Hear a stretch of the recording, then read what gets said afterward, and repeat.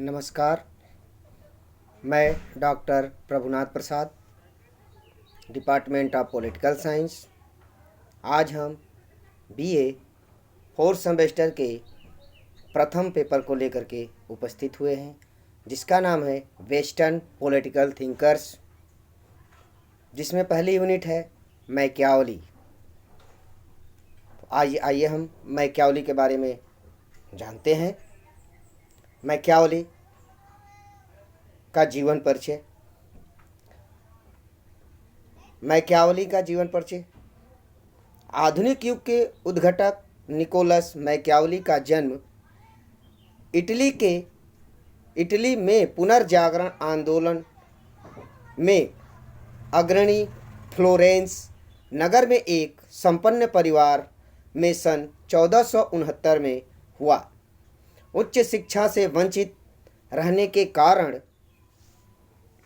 25 वर्ष की अवस्था में अपने गणराज्य के एक छोटे से पद पर आसीन होकर उसने अपने राजनीतिक जीवन का प्रारंभ किया, लेकिन अपनी सूझबूझ और शासन संचालन की बारीकियों को समझने की अद्भुत क्षमता के कारण थोड़े से अरसे में ही उच्च राजनीतिक पद प्राप्त करने में सफल हो गया। यह शासकीय पद युद्ध तथा आंतरिक मामलों से संबंधित था। 1512 तक मैकियावली इस पद पर बना रहा। इस बीच उसे फ्लोरेंस का दूत बनाकर इटली एवं अन्य यूरोपीय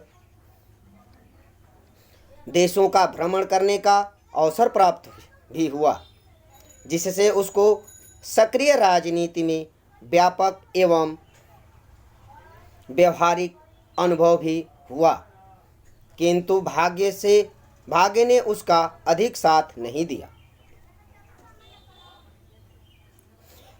1512 में स्पेन की सहायता से स्पेन समर्थकों ने राज्य के शासन पर अपना अधिकार जमा लिया। मैकियावली फ्रेंचों का प्रबल समर्थक था, अतः उसे सिर्फ अपने पद से ही हाथ धोना पड़ा, बल्कि कुछ दिनों के लिए कारावास की हवा भी खानी पड़ी। किंतु कुछ समय बाद मित्रों के प्रयास के इस शर्त पर उसे मुक्त करा दिया कि वह अब भविष्य में सक्रिय राजनीति में कभी भाग नहीं लेगा। इसी तरह एक राजनीतिज्ञ के रूप में उसका जीवन का अंत हो गया। अब वह जीवन में असफल व्यक्ति की तरह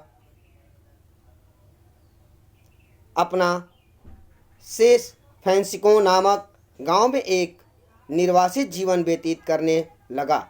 इस तरह निर्वासित जीवन के दौरान ही उसने प्राचीन रोमन ग्रंथों एवं अनुशासित कर प्रसिद्ध रोमन इतिहास लिवी के इतिहास की 10 पुस्तकों की टीकाएं लिखना प्रारंभ कर दिया।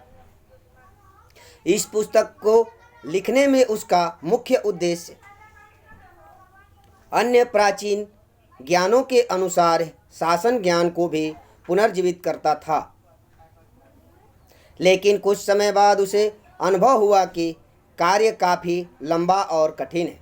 अतः उसने अपने राजनीतिक उद्धार के लिए तत्कालीन मेडिसिन शासक सारेंजेंटो को भेंट करने के लिए उसका प्रिंस नामक पुस्तक के रूप में संक्षिप्तीकरण किया। लेकिन मैकियावली अपने राजनीतिक उद्धार के उद्देश्य में सफल नहीं हुआ।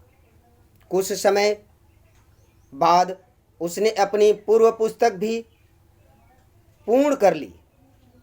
इनके अतिरिक्त उसने इसी समय अन्य 2 पुस्तकों की भी रचना की। जिनके नाम फ्लोरेंस का इतिहास और युद्ध की कला है। इस तरह निरंतर असफलता का शिकार होता गया। लेखक के कार्य में ही अपना शेष जीवन व्यतीत करते हुए 1527 में वह परलोक सुधार गया। आइए हम, ये था मैकियावली के जीवन परिचय, जो उसके राजनीतिक जीवन से लेकर के और उसकी जितनी रचनाएं थी उससे संदर्भित हमने इसमें आपको जो है जानकारी दी।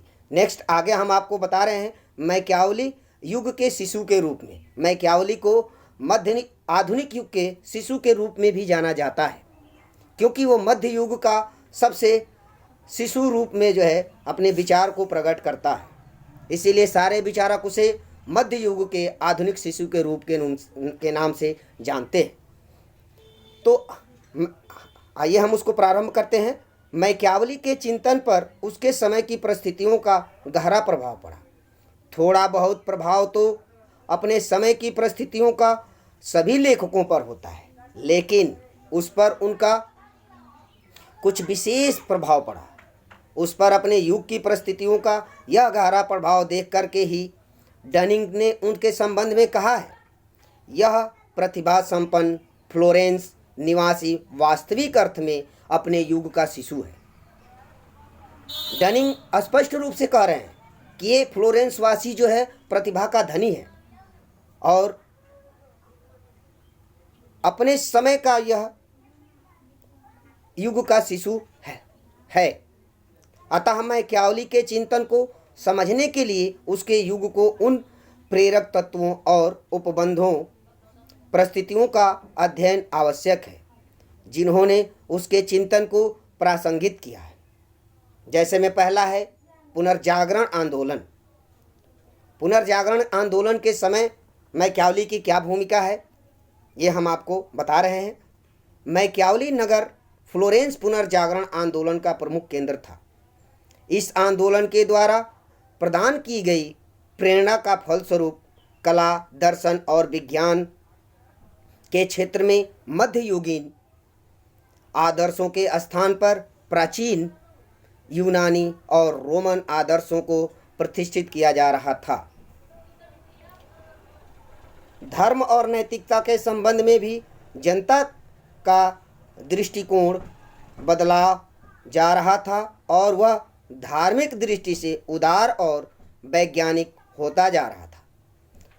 परलोक चिंतन में के बजाय इहलोक चिंतन प्रमुख होता जा रहा था और मनुष्य उसका केंद्र बनता जा रहा था।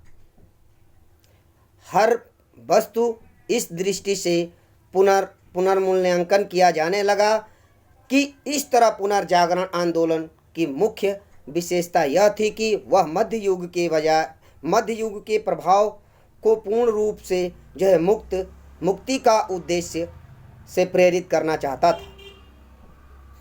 इसी तरह संकेत करते हुए जोन्स कहता है कि उसकी कृतियों में उसके युग की वास्तविक स्थिति के दर्शन ही होते हैं।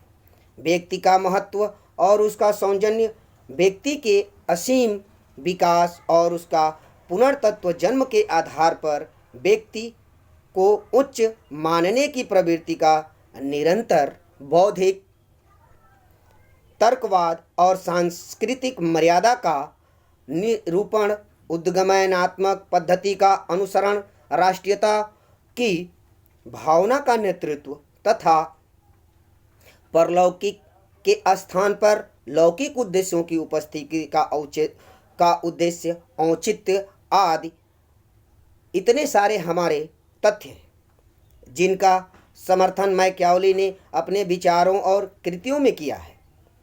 ये सारे सिद्धांत पुनर्जागरण युग की देन है, अतः उसे अपने युग का शिशु माना जाना चाहिए।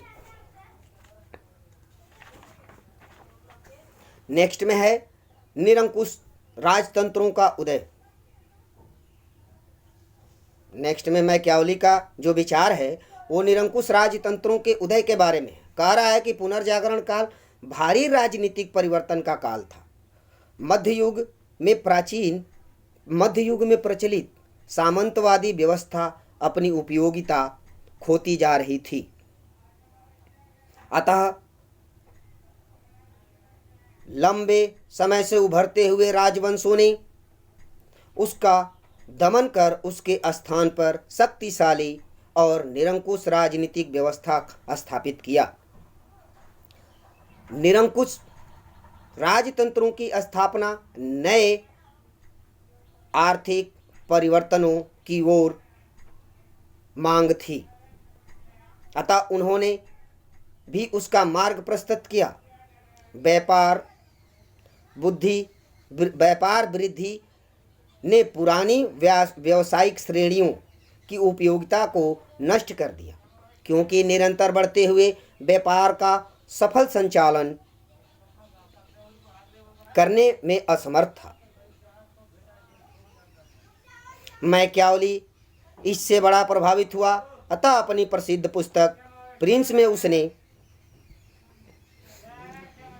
जिस शासक की कल्पना की है वह और कोई नहीं है, निरंकुश और शक्तिशाली राजा ही है, जिसके लिए धर्म, नैतिकता और राजनीतिक सभी का महत्व राज्य के गौरव और शक्ति बढ़ाने के लिए साधन के रूप में किया जाता है। राज्य का हित उसके लिए सर्वोपरि हित है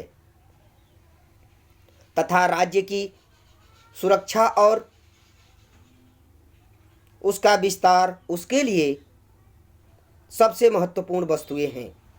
वह इस उद्देश्य की प्राप्ति के लिए नैतिक, अनैतिक, धर्म, अधर्म आदि किसी भी साधन का प्रयोग में लाने के लिए स्वतंत्र नहीं है। नेक्स्ट है इटली का राजनीतिक विभाजन और उसकी दुर्दशा। इस पे भी मैकियावेली ने अपने विचार प्रकट किए हैं। जो उस समय इटली की दशा थी उस पे भी मैकियावेली का विचार जो है क्या है, आइए देखते हैं। कहता है मैकियावेली के समय में इटली 5 राज्यों में बटा हुआ था, जबकि इंग्लैंड, फ्रांस और स्पेन राष्ट्रीय राज्यों के रूप में संगठित हो चुके थे। इटली के 5वें राज्य निरंतर आपस में लड़ते रहते थे, जिससे उसकी शक्ति निरंतर क्षीण होती जा रही थी।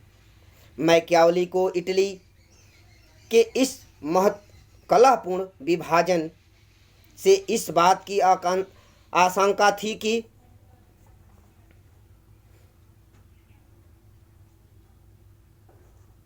कि इसका लाभ उठाते हुए इटली के पड़ोसी राज्य उसे कभी भी हड़प सकते थे और उसके अस्तित्व को समाप्त कर सकते थे। अतः वह यह चाहता था कि इस राष्ट्रीय राज्यों की तरह इटली का भी राष्ट्रीय आधार पर एकीकरण किया जाना चाहिए। शक्तिशाली शासक के अधीन अपना स्वतंत्र विकास करने में सफल हो सके, इस तरह इटली की इस राष्ट्रीय आवश्यकता का उसने सर्वप्रथम अनुभव किया और इसके लिए इटली के शासकों का आह्वान किया। वे आह्वान करने के बाद वे सब मिलकर एक शक्तिशाली तथा सुदृढ़ इटालियन राष्ट्र का निर्माण करें और इटली को उसके वर्तमान दुर्दशा से मुक्ति दिलाएं।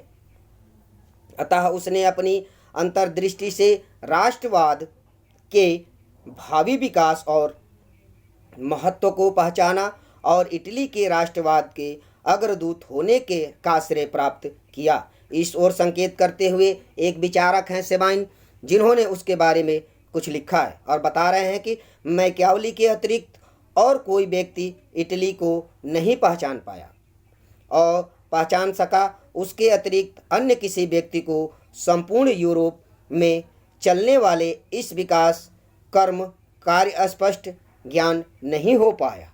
कह रहा इटली में जितनी भी परेशानियां हो रही थी, किसी और व्यक्ति को जो है इसके बारे में थोड़ा सा भी ज्ञान नहीं हो सका।